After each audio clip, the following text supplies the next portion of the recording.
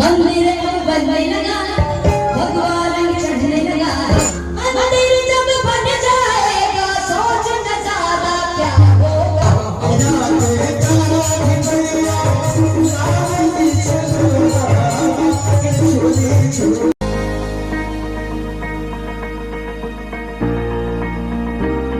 दोस्तों नमस्कार, जय श्री राम, राधे राधे।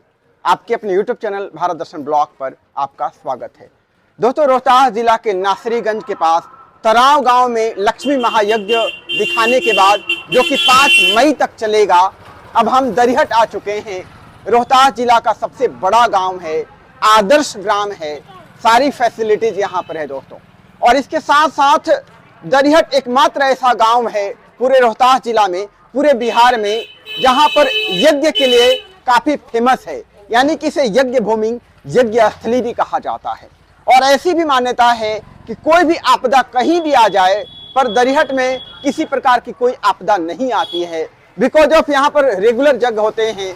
1970 से लगातार यज्ञ हो रहे हैं, तकरीबन 50 वर्षों से, 1-2 साल कोरोना को छोड़ दिया जाए तो आज जो है 11 दिवसीय रुद्र महायज्ञ की पूर्णाहुति है, भंडारा है।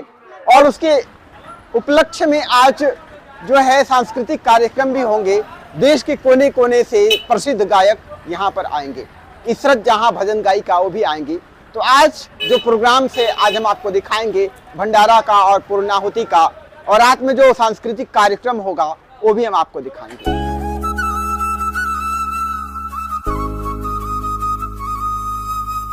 और बिल्कुल सामने आप देखिए दरिहट मेन रोड, यहाँ सालों भर जाम रहता है क्योंकि रोड यहाँ पर काफ़ी संकरा है और मेन रूट है पटना, डेहरी, आरा, विक्रमगंज, नासरीगंज का दोस्तों।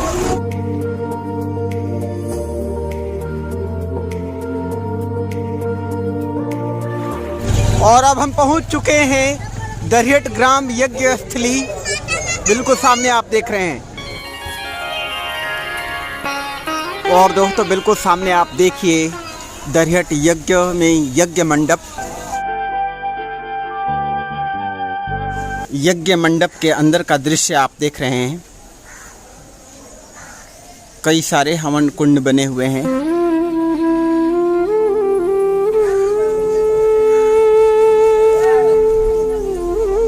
और यहाँ पर यज्ञ मंडप में बाबा जी से बात करेंगे। बाबा जी आप बताइए कि यज्ञ में आखिर होता क्या है, और पहले के जब यज्ञ होते थे आज से हजारों साल पहले, और आज के यज्ञ में क्या अंतर है? देखिए, पहले के और यज्ञ में यज्ञ ये था कि हम लोग का प्रकृति वातावरण शुद्ध रहे और वायुमंडल शुद्ध रहे।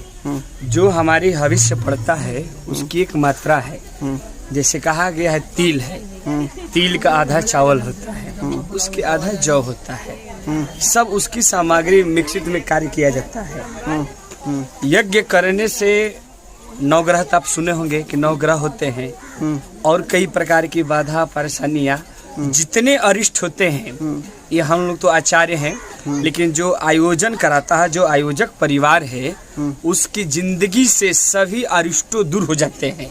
यज्ञ वही कर सकता है जिसको परमात्मा नारायण, विश्वनाथ, भोलेनाथ उसके ऊपर असीम अनुकंपा हो, सब नहीं करा सकता है। एक तरफ से यज्ञ जो है पर्यावरणीय दृष्टि से जी बेहतर करता है, पर्यावरण को अच्छा है जी। और हमारा आचरण भी सुधरता है, क्योंकि हम 11 दिनों तक या 21 दिन, जितने दिनों तक यज्ञ चलता है उतने दिन तक हम अनुशासन में रहते हैं जी। और अनुशासन हमारे आचरण को शुद्ध करता है जी। और यज्ञ के साथ साथ जो ज्ञान यज्ञ होता है, प्रवचन सत्संग होते हैं, वो हमारे लिए काफी फायदेमंद होते हैं। तो यज्ञ कहीं से भी नुकसानदायक नहीं है दोस्तों, फायदेमंद ही है। जी जी।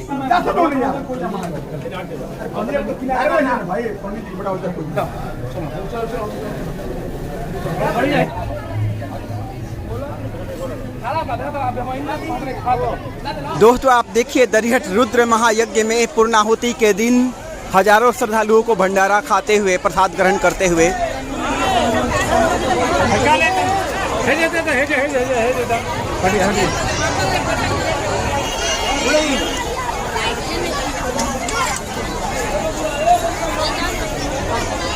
और दोस्तों यहाँ पर रोहतास जिला में दरिहट में रुद्र महायज्ञ में महाराज जी पधारे हैं। यज्ञाचार्य जी महाराज हैं, ये पीताम्बर जी महाराज वृंदावन के रहने वाले हैं महाराज जी, हम आपसे पूछना चाहते हैं कि आज के टाइम में जो जिस तरह की भाग दौड़ है, जिस तरह से लोगों के विचार कलुषित हो रहे हैं, जिस तरह से हिंसा का वातावरण है, उससे कैसे निपटा जाए, और उसमें यज्ञ जो होता है या भगवत कथा होता है वो कैसे उसमें हेल्प कर सकता है? आपने जो प्रश्न किया इसका सीधा सा अर्थ ये है कि कहीं ना कहीं ज्ञान का अभाव है। हम मैकाले सिलेबस से धनोपार्जन कर सकते हैं, अर्थ संग्रह कर सकते हैं, पर ज्ञान नहीं हो सकता है। 2 + 2 = 4 ये ज्ञान नहीं है, दिस इज अ फार्मूला, ये नियम है। ज्ञान क्या है? अपने आप को जानना कि हम कौन हैं, ये संसार क्या है, हम इस संसार में आए किस लिए हैं, आने का प्रयोजन क्या है, लक्ष्य क्या है, हमारी गंतव्य क्या होनी चाहिए। यानी जीव जगत और जीव जगत को चलाने वाले जो जगन्नाथ भगवान ईश्वर नारायण हैं, उनके बारे में सम्यक जानना ही ज्ञान है। और वो ज्ञान मैकाले सिलेबस में न होकर के हमारे ऋषियों का जो सिलेबस है, श्रीमद् भागवत महापुराण है, वाल्मीकि रामायण है, जितने भी धर्म ग्रंथ वेद शास्त्र हैं, वो ज्ञान उसी में है। जीव का आत्मज्ञान जब तक, जीव बोले तो हम आपको, जब तक ये आत्मज्ञान नहीं होगा कि वास्तव में हम कौन हैं, ये संसार क्या है, इस संसार में आए हैं तो आने का प्रयोजन क्या है, इसका जब तक सम्यक बोध नहीं होगा तब तक जीव को शाश्वत शांति नहीं मिलेगी, परमानंद की अनुभूति नहीं होगी, यूँ कहें तो आत्म कल्याण नहीं होगा। इस संसार के भवाटवी में, भाग दौड़ में हम लोग दौड़ते रहेंगे, भगते रहेंगे, काम क्रोध लोभ आदि मत्सर में डूबे रहेंगे, पूर्ण रूपे न लिप्त रहेंगे। दोस्तों, यहाँ दरिहट में श्री रुद्र महायज्ञ के पूर्णाहुति के दिन थोड़ी ही देर में सांस्कृतिक कार्यक्रम शुरू होने वाला है, परंतु उसके पहले जितने भी विशिष्ट अतिथि आए हुए हैं उनका सम्मान होगा, उसके बाद कार्यक्रम शुरू होगा। कमलेश जी हैं, सभी जी हैं, सबके साथ मुझे कार्यक्रम का उद्घाटन हुआ। सभी अतिथियों का बार-बार स्वागत, बार-बार अभिनंदन। सभी दुबे जी के स्वागत और ताली तेरे रहा का स्वागत। हमके पीछे प्रमोद कुमार सिंह, रंजन जी तके चलिए, श्रीकांत भैया करते रहिए। और स्वागत के कड़ी में हम चाहेंगे कि रफी जी जो ऑपरेट कर रहे थे पूरे जगह के बाजा साउंड का ऑपरेट करते हैं, उनका भी स्वागत है, अभिनंदन है, आप भी आइए। और लाइट वाले कुमार पंडित आशीष जी, आपका भी स्वागत है, आप भी आइए इसमें। भक्ति जागरण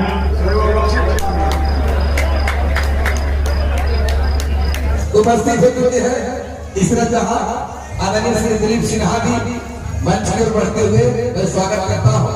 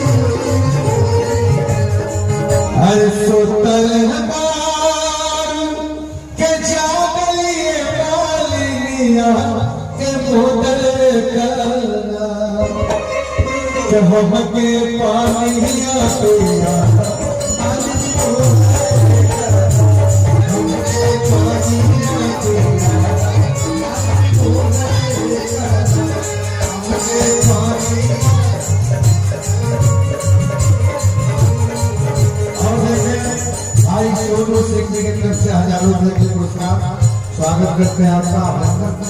बाकी आगे और माई ये माई के भक्के वार्ता बाटे मनोहरी के ई कॉलेज तो ने गाना नहीं बनता इका गाड़ी से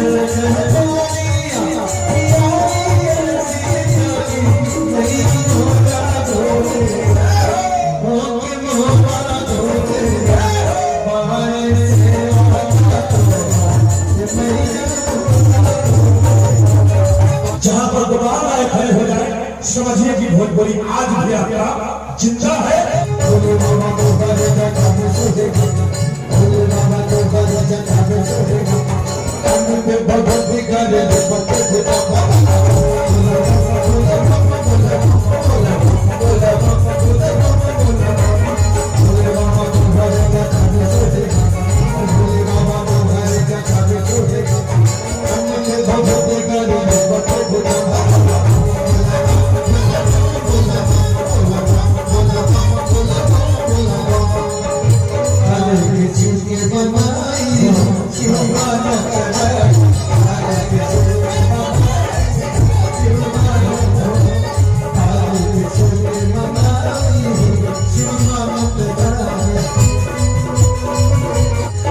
थोड़ी मिठाई सुने अरे मन ही ना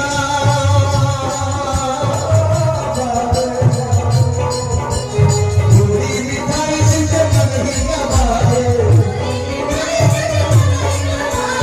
थोड़ी मिठाई सुने मन ही ना बारे आज भागिया के गोरा भगिया के गोरा भगिया के गोरा भगिया के गोरा हमारी को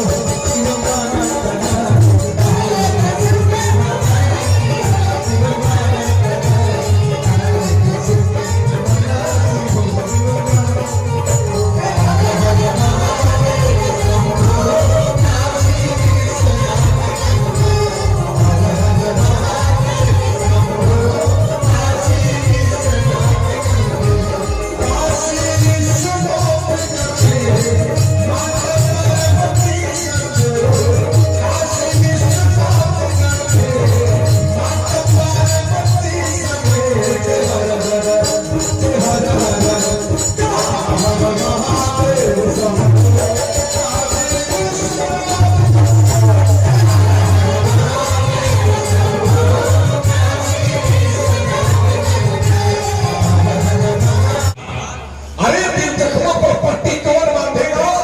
अगर यह पहन नहीं रही तो कलाई के राखी कौन बांधेगा? ऐ आदर्श ग्राम कविहर के लोग, अगर आप लोग नहीं होते तो कलाकारों के सर पर सेहरा कौन बांधेगा? सीधे सीधे थैंक यू जय हो।